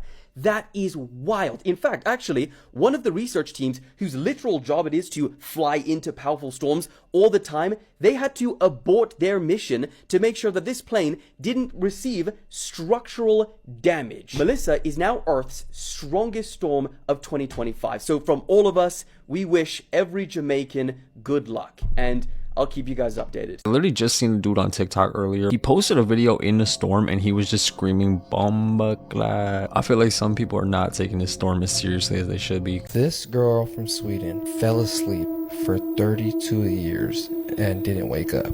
And they called her the sleeper of Okna. At the time, she was probably like in her 20s. She ends up getting this head injury, but then a couple of days after her head injury, she's complaining about like this toothache that she has. So her parents pretty much tell her, like, you know, go ahead and sleep it off. She goes to sleep and she doesn't wake up. And that's when she first started sleeping? That's when she first started sleeping. And she is pretty much the longest someone has ever slept for a long time without waking up with like crazy side effects from it. And the weird thing about it, the reason why they don't know if it's for surely a coma or not is because her hair and her nails weren't growing while she was sleeping. They said like at random times she would just like snap up and just start saying like religious prayers that she remembered from when she was a kid. And she's asleep. And she's asleep. Her brother died. On that same day that her brother died, they said that the girl Carolina was crying hysterically in her sleep on that same day that her brother died. What? Yeah. And then after 32 years in like 1907, yeah, she ends up waking up one day. And now she's 45, but they say that she looks like a 20-year-old, like super young. Holy crap. Have you heard the craziest conspiracy theory about Britney Spears, that she was an employee of the Bush administration and her job was to take the public heat off of him anytime he would do something bad to keep his approval ratings high? Honestly, I think we should just trust our president in every decision that he makes, and we should just support that and be faithful in what happens. Do you trust this president? Yes, I do. Since she would always show her respect for him out of nowhere, and coincidentally, anytime something would happen very bad for Bush that would turn a lot of people against him, Britney Spears was there with a huge scandal to take some of the public attention away. And these coincidences are insane. In 2007, on the exact same night that Bush announced the reformation of Al-Qaeda, Britney was being photographed shaving her head by herself and slamming an umbrella into a paparazzi's car. The same week that Bush's approval rating hit an all-time low of only 38% and his vice president accidentally shot someone, Britney Spears publicly almost dropped her baby on its head, and everyone's too busy talking about how she shouldn't be a mom. In January 2004, when the Bush administration was having a lot of inside drama because one of the members accidentally leaked the name of an undercover CIA agent and was going on trial, the same week Britney Spears got married to Jason Alexander in Las Vegas and then ended the marriage 55 hours later. I'm gonna show you the craziest part about all of this, but before I do, make sure you follow so you finally know the craziest conspiracy theories about each of these celebrities and requests who you want to see next. The craziest part is that while Britney's breakdown was going on from 2004 to 2008, everyone seemed to love her again in 2009, and guess who is just out of office that year? They grabbed this guy, and in front of all these people, I still can't believe this. This crazy. They chop him up. What? And I was younger at the time, and my dad told me he was in Africa at this time, and he was recording. He had like an old video camera, and he has VHS tapes when he recorded out there, recording like all the markets and things like that. And then there is this tribe out there. My dad was calling them the Bushmen, because like, you know, they practice voodoo. Yeah, of course. Yeah. It's like a rare sighting if you see these guys come out to the city, because they live in like the woods or the forests and things like that. And they have like all these crazy things that they're wearing and stuff. And there's like this specific guy that the best way my dad could describe it in English is just saying the African devil. That's what he would say. Like, I don't know if you ever seen those videos. There would be like a person's wearing like this big thing, and it's like you can't really see their body. You'll just see their legs, and they're like dancing. It looks like they're wearing like damn near like leaves or like straw or something like that. Yeah. It's like that guy comes out, and he's the main one, and there's a bunch of these other people that all have like these tribal markings, and you know, they look crazy. And as they're going in, they're dancing around everybody. They grab some random dude from the audience, and you could see it on his face that he's like confused. And in front of all these people, I still can't believe this. This crazy. Chop him up. Chop this dude up with knives, machetes, things like that. Like start dismembering him. Dismembered, bro, in front of everybody. What? And you see his body is like in pieces. You know, they left it just right there on the street. Oh my god. They start dancing around bro's body. They get like oil or something like that. They set his body on fire, and it's a huge fire, and all these guys start dancing around the fire. The closer they're getting to the fire, the smaller it's getting, and every time they get closer, all to the point where they cover the fire completely so you can't see it no more. All the guys are covering over it, and they open up, and the guy's alive. And to this Shut day, the I swear to fuck God, up, I'm dead bro. ass serious. I swear to God on everything I love. My dad showed me parts of the video, but he didn't show me like, you know, the whole exact thing. But my brother said he watched the whole video and he's seen this on film. But I remember seeing the beginning of the video. My dad turns the camera, he has a big clunky camera, shows himself. He's like with one of his homies. He's recording the street. And then you see when the guys come in, everybody like parts out and, you know, just like start seeing them coming and dancing. This guy comes out the middle and he looks hella confused. But this he sounds don't like a know. fucking movie, bro. It's real shit. That shit's It's insane, like that bro. voodoo stuff. Yeah, I'm telling you. Even like my auntie, she So it's a video going around right now circulating the internet of a Elmo balloon floating. A paranormal being or a spirit inside of a balloon going up the stairs by itself? Look at this. Now I want y'all to look at this. Mind you, the dog is barking. Dogs don't bark unless they sense something. But this balloon is literally walking up the stairs by itself. Shit crazy, man. If y'all want to, what I want y'all to do is to put Elmo balloon in your search bar. And then go over there and look at this video. And then check out the comments, because people in the comments think this is a game. When balloons don't mysteriously walk up the stairs by themselves. So the lady stated her son wanted a balloon. So she went and bought a balloon from Party City, came back home with it. Noticed that the balloon started doing some weird shit on its own, which she decided to get a video camera and record this shit. I don't know about y'all, but this some scary shit. Elmo walking up the stairs by himself? Did we just watch a haunted Elmo climb up the stairs? Let's talk about another case of Final Destination in real life. Today we're talking about the tragic case of Lisa Lopez. So Lisa Lopez was a fun, feisty rapper. She was the L in TLC. On April 25th of 2002, Lisa's life was cut short when she was involved in a fatal car crash in Honduras. Her COD was listed as a fracture at the base of her cranium and open cerebral trauma. Weeks before Lisa's death, she was riding with her assistant when a 10-year-old boy named Bayron Lopez jumped out from the median in front of the car and he was struck. He died almost instantly. In the weeks after this accident happened, Lisa started to express her fears that she was being followed by a dark spirit. Both Lisa and Bayron had the last name Lopez, leading Lisa to believe that death took the wrong Lopez and now it was hunting her down and death was after her. She was very adamant in these fears and she really thought that death and the spirit of this young boy were hunting her down and were going to take her life. And then just weeks later, then she's gone in this car crash. So yeah, just the spooky dookiness of this all kind of feels like a Final Destination movie, and I've seen people talk about that. But yeah, tell me more cases of Final Destination you want me to talk about if you know them. It's pretty scary. Morbid Facts, Part 782. In 2004, 23-year-old Florida teacher Deborah LaFave was arrested for having an illegal relationship with her 14-year-old student, in other words, raping him, after the boy's aunt caught them together and alerted his mother. What made the case even more disturbing was the public's reaction. Instead of outrage, much of the media fixated on her looks, calling her too pretty for prison, and treating the abuse like a scandalous affair rather than a crime. She pled guilty in 2005 and was sentenced to 3 years of house arrest, 7 years of probation, and lifetime registration as a sex offender, but never spent a single day in prison. These were the final texts sent by Eddie Justice as he hid in the bathroom during the 2016 Pulse nightclub shooting in Orlando, one of the deadliest mass shootings in American history. For 3 terrifying hours, the gunman roamed the club and executed anyone he saw, killing 49 and wounding 53. Victims tried to barricade doors, play dead, or call loved ones as SWAT teams surrounded the building. When police finally stormed in and killed him, the scene inside was pure horror. Bodies stacked all over, blood flooding the dance floor, and phones still ringing in the pockets of victims. This Polish model Agnieszka dodged death in the most craziest way just to be killed weeks later by a stalker. So this happened like in 1996. There was this really popular model at the time named Agnieszka. And she worked for a bunch of well-known brands at the time like Calvin Klein, Ralph Lauren, all this stuff, right? She was modeling for these companies. Yeah. In 1996, for some reason, bro, this is like some real Final Destination type stuff. Literally the last minute, she decided not to get on this airplane that she was supposed to board onto. That airplane ended up crashing. There was no survivors left on that plane. After finding out that the plane crashed, you know, she's getting her relief, like, oh my God, thank God I didn't get on the plane. What would have happened if she would have gone up? She would have been dead. You know what I'm saying? All 200 passengers on that plane ended up dying in the crash. Weeks later, outside of her own home, some dude who's been stalking her for the longest time, this dude ends up stabbing her to death. He kills her. in front of her husband and her daughter. In front of her house? In front of her house. He ended up injuring her husband too because he tried to like fight him off, but he ended up getting like sliced a little bit, but he didn't die. The dude who killed her only ends up going to jail for 15 years. Really? Yes. And then as soon as he gets out, like literally like within the same month, he ends up stabbing and killing another guy. He was just itching to kill Yeah, I somebody. swear to God, bro. But it's just so insane how close she was to dying. Just for her to avoid that and then get killed weeks later. Yeah.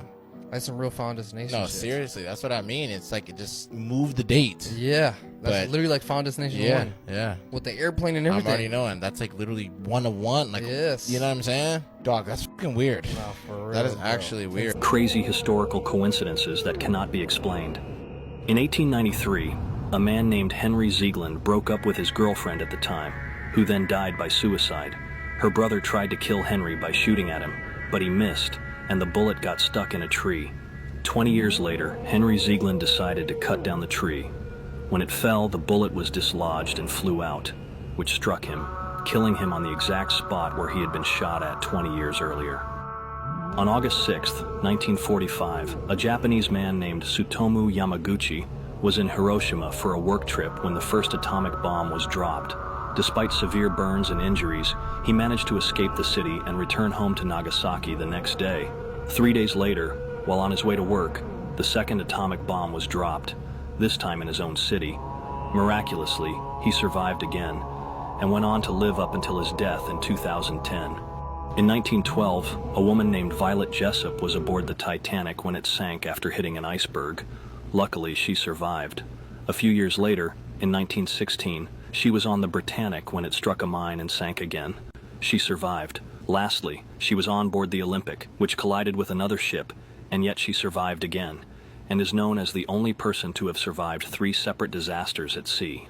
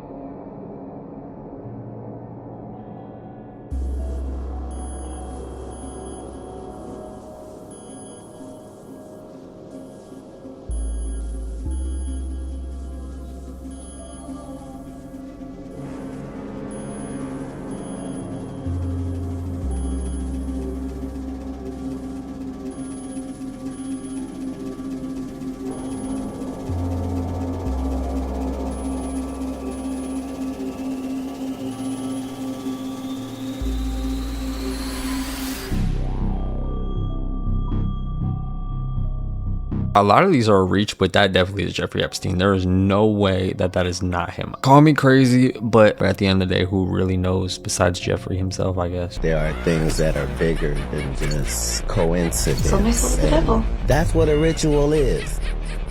I swear to Lucifer. I think the label went bankrupt, and so I sold my soul to the devil. A ritual is something that you do over and over and over again a certain way. You don't care how people feel about the ritual. It's about, does following the ritual work? You can fool yourself into thinking there isn't one, but the evidence will be clear. Hey, so you know that if you were to sell your soul to the devil, you can have instant fame tomorrow. He actually said those words. Satanism is Satanism. A lot of people that doubt what you say don't read. Books were my life. Comment book to learn more about consciousness. So apparently back in the 1900s, if you asked them, what do you think the world would look like in 100 years? This is something that they came up with. And things like this. In the 1940s, this is what they thought 2011 would look like. But this is important, stay tuned. Now, if you ask people today what they think the world would look like in 100 years, you're probably going to get a majority of the people saying something like this. But imagine if 100 years ago that they imagined that this would be in 100 years. Imagine what the world would be like now. So why are we doing this now? Why do we think that this is going to be the future? Are we manifesting the correct future by believing in these kind of futuristic images? Or can we change it and start manifesting this kind of future in our minds? I would much rather have things like this. So the next time someone thinks about the future or asks you what you think the future is going to look like, don't think this, think this. And imagine how much we can change the future together with just a simple thought. Jamaica is about to face the most powerful hurricane in its history. This isn't hype, this is real. Hurricane Melissa is now in a Category 1, but it's growing fast. Winds are already hitting 90 miles an hour, and the storm is sitting 130 miles southeast of Kingston. But here's the scary part. It's barely moving. It's parked over ocean water that's almost 90 degrees, which means it's feeding non-stop. And that's the perfect recipe for this storm to grow into a Category 4, or even a Category 5 monster. And that could happen by Sunday night. The last time Jamaica saw something this strong was Hurricane Gilbert, and that was years ago. That happened in 1988, and that storm hit as a Category 3. That storm also took the lives of 45 people and caused $700 million in damage. Now imagine that, but even stronger. Airports are closing. Certain cruise ships might not even leave out. You have tourists that's there right now that might be stranded if they don't get out of there. On top of that, get this. Supermarkets are being empty. You already know when storms hit like this, people stock up on food because shit can get crazy and they don't know when they're gonna get food again, water, power, or any supplies. And locals are saying that food is running out right now. Right now, they're already saying that Hurricane Melissa claimed the lives of 3 people between the Dominican Republic and Haiti. And now it's coming to Jamaica. Y'all better be safe out there. I'm out. Scientists who were called crazy but ended up being right.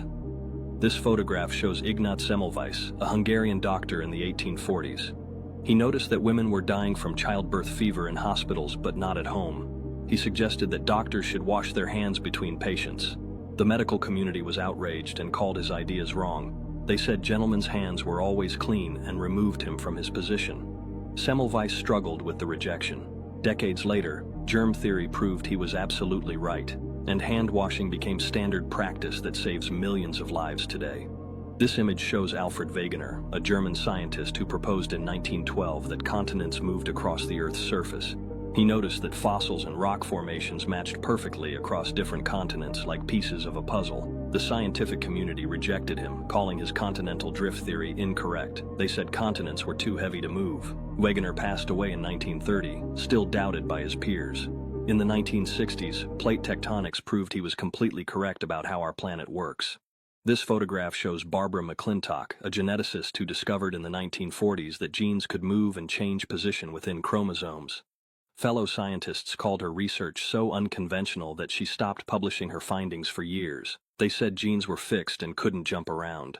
McClintock continued her work quietly while others dismissed her ideas. In 1983, she won the Nobel Prize when science finally caught up to her discoveries about genetic mobility that revolutionized our understanding of DNA. These people are the definition of I told you so. They came up with ideas, nobody believed them, but then the same people that doubted them are using their ideas. People that do good things just never win. Shocking coincidences you don't know about. In 1991, a woman from Thailand accidentally slipped in the mud, grabbed a live wire and was electrocuted to death. Later that same day, when her sister was showing the neighbors how the accident happened, she slipped, grabbed the same live wire and was electrocuted to death.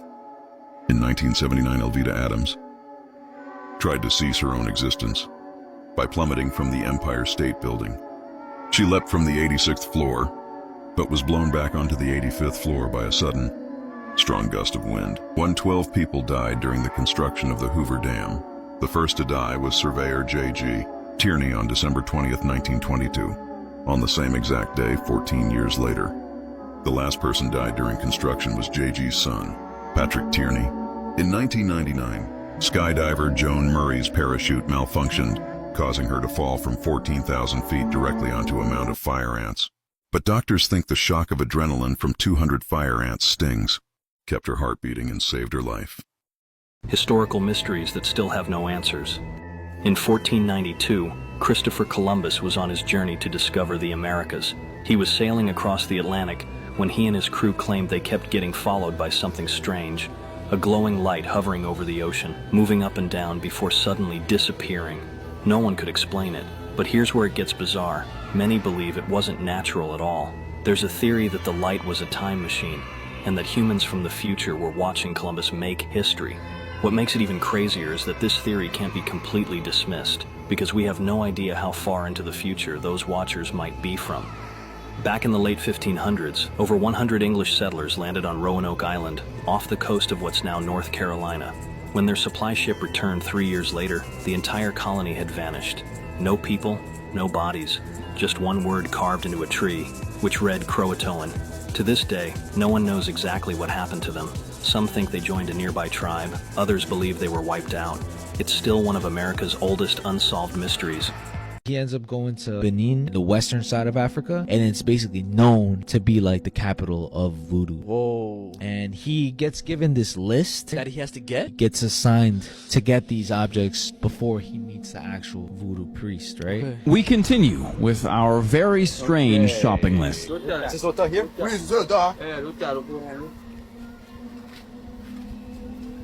This is Berna, the priest's son. He helps me with our shopping list. That's it. That's our crockhead. The main thing that I want to talk about, what he said, right? To us, it just seems like dried animals, dead animals, right? But each one has some sort of spirit inside of it, right? Yeah. When he talks about the dried owl, he says owls are tied to witches. Which is true. And it's believed that the witches could turn into owls, so that ritual that you could perform with that dried owl is to basically ward witches away. Berna finds us the next item on our list. Barn owl. That's our azehe. They believe that witches turn into birds, and that if you use a potion with witches, can keep witches away. So birds are used to get evil spirits like witches away from you, and that's why we've got this owl. A very important part for getting rid of evil spirits. And it reminded me of lechuzas, which, as we know in Mexican folklore, Mexican culture, witches are known to shapeshift into lechuzas, which are owls, bro. This is how you know shit is not bullshit. If people are saying the same shit, think about it, bro. This is in Africa. Where we hear about it is Mexico. Yeah, totally different parts of the world. And Things that were invented to solve problems that no longer exist. The last one will blow your mind. Number 1. The QWERTY keyboard layout was specifically designed in the 1870s to slow down typists and prevent mechanical typewriter keys from jamming. The most common letter combinations were deliberately separated to force typists to use both hands alternately and type slower. Christopher Scholes placed frequently used letters like A and S under weak fingers and put common combinations far apart. When electric typewriters and computers eliminated the jamming problem, we kept this inefficient layout purely out of habit. Number 2. Neckties were originally invented as napkins by Croatian soldiers who needed to keep their uniforms clean while eating messy battlefield rations. The long cloth strips could be untied and used to wipe hands and faces, then retied to look formal for military inspections. French aristocrats adopted this practical military accessory without understanding its original purpose, turning functional napkins into purely decorative fashion. Modern office workers now wear expensive silk napkins around their necks daily, spending billions on accessories designed for medieval soldiers to clean food off their faces during war. Number 3, alarm clocks were invented because factory workers in the Industrial Revolution couldn't rely on roosters or church bells in noisy, polluted cities. Before industrialization, people woke naturally with sunrise or used knocker-uppers, professional human alarm clocks who tapped on windows with long sticks. The mechanical alarm clock was created to force workers into unnatural schedules demanded by factory machinery. Today, we've built our entire society around machines originally designed to override human circadian rhythms, and most people now suffer from chronic sleep deprivation. So you're telling me somebody would walk up to your window and start banging it with a stick, and that's how you would wake up for work? But that's the thing, wait, but who woke up the people that needed to wake up the people? Facts that mess with your perception of time. Cleopatra lived closer to the invention of the iPhone than to the construction of the Great Pyramids of Giza, which were already ancient ruins during her reign. The pyramids were over 2,500 years old when Cleopatra was born, while only 2,000 years separate her death from modern times. This means the pyramids were more ancient to Cleopatra than Cleopatra is to us today. Oxford University was teaching students before the Aztec Empire existed, with the university founding in 1096, while Aztec civilization didn't begin until 1345. The university is older than the Aztec capital of Tenochtitlan, and was already centuries old when the Aztecs were still a nomadic tribe. Oxford had been educating students for 250 years before the Aztecs even founded their empire. Mammoths were still alive when the pyramids were being built, with the last mammoths dying on a remote Siberian island around 1650 BC, while ancient Egypt was at its peak. These isolated mammoths survived thousands of years after most of their species went extinct, living through the rise of multiple human civilizations. The pyramids and mammoths coexisted for over 1,000 years, despite seeming like they belonged to completely different time periods. Board games that were invented to teach serious life skills. Monopoly was created during the Great Depression to teach players about the dangers of capitalism and wealth concentration that were destroying American society. The original game, called The Landlord's Game, was designed by economist Lizzie Magie to demonstrate how property ownership created inequality and poverty for working people. Players were supposed to learn that monopolistic business practices hurt communities and that land value taxation could create more equitable economic systems. Chess was developed as military training for medieval commanders who needed to understand battlefield strategy, troop movement, and tactical decision-making during warfare. The game pieces represented different types of soldiers and their movement capabilities, with rules designed to simulate real combat situations that generals would encounter. Chess tournaments were serious educational exercises that trained future military leaders rather than entertainment for casual players seeking recreational fun. Checkers was created to teach children basic strategic thinking and planning skills that would be essential for adult survival in dangerous medieval environments. The simple game mechanics helped young people develop pattern recognition, forward thinking, and consequence evaluation that could save their lives during conflicts or emergencies. Parents used checkers as educational tools to prepare children for the complex decision-making required in harsh historical periods.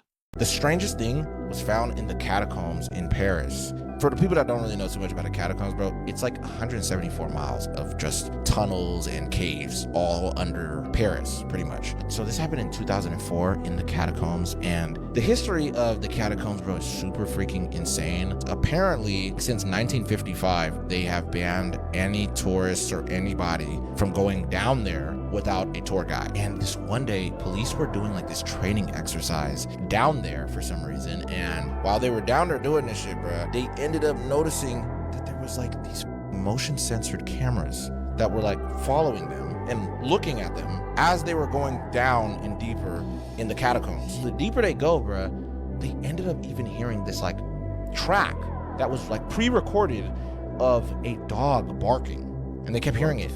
So they were like, okay, like what the is this? And pretty much what they were thinking is they used that to scare people from trying to approach wherever that area was. Yeah. So it was like you get to a certain area and then you start hearing like this pre-recording of a dog barking. So they're like, what the fuck? They kept going down deeper, and the deeper they went, they ended up literally going, and dude, you're not gonna believe this, they found a movie theater. A decoy on To Catch a Predator wanted to warn the predators before they were caught by Chris Hansen. So on To Catch a Predator, there are decoys that pretend not to be of age in order to lure the men that end up on the show to the house. One of these decoys just came forward and said there were multiple times she wanted to warn these predators before they showed up to the house. According to her, there were multiple times where she just wanted to tell the men to go home as they were being set up. Now, the reason that she apparently wanted to warn some of these men is during their conversations, she would often relate to them a lot. You see, during her time on the show, this girl was a college student, and some of the men she would talk to would also be college students. So, of course, she started seeing some similarities between her and the men that she was talking to. She also said that over the years, intentionally setting these men up took a huge mental and emotional toll on her. And according to her, because of this toll, she has never watched any of the To Catch a Predator episodes. Now, as for why she was involved in the show to begin with,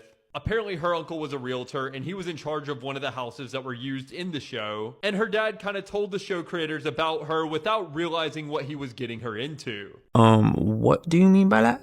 Relate to them? I don't mean to jump to conclusions, but what do you mean relate to them? Is there something we need to talk about? I think there's a bigger issue at hand here, man, that we need to speak about with you, because relate to them? Toys that were designed for adults, but kids stole them. Lego blocks were originally created as architectural planning tools for adult engineers and designers to create scale models of buildings and construction projects. The interlocking plastic bricks were intended as a professional modeling system that would allow architects to quickly build and modify structural designs. Children became fascinated with the colorful building blocks and began creating their own imaginative constructions, leading Lego to pivot from professional tools to children's toys that now generate billions in revenue annually. Frisbees were developed as pie tins from the Frisbee Pie Company that college students began throwing around campus as a stress relief activity during study breaks.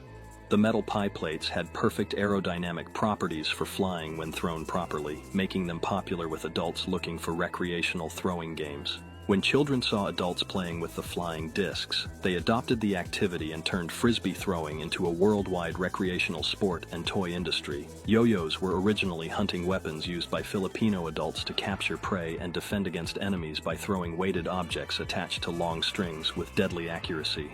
The toy arrived in America as a demonstration of Filipino martial arts and traditional hunting techniques that required significant skill and practice to master effectively.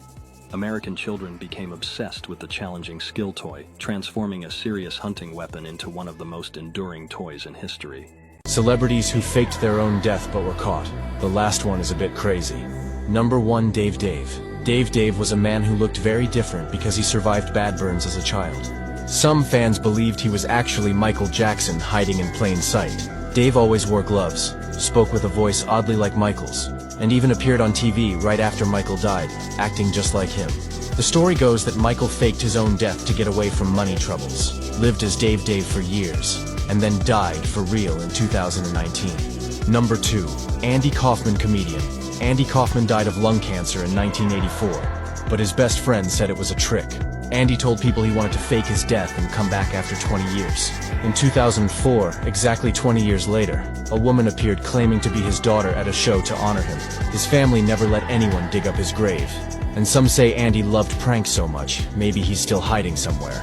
Number 3, Elvis Presley, the king of rock and roll, officially died in 1977. But some fans think Elvis faked his death to escape his problems. They say his body was handled too quickly, and that he was seen after his death. Stories say Elvis had secret meetings and left clues in his songs. Even his own family had to say he was really gone because the rumors wouldn't stop. Thank you guys for watching the video. Make sure you like, comment, subscribe. Let me know your favorite part of the video. It made you tremble in your boots. And we're going to be on to the next one.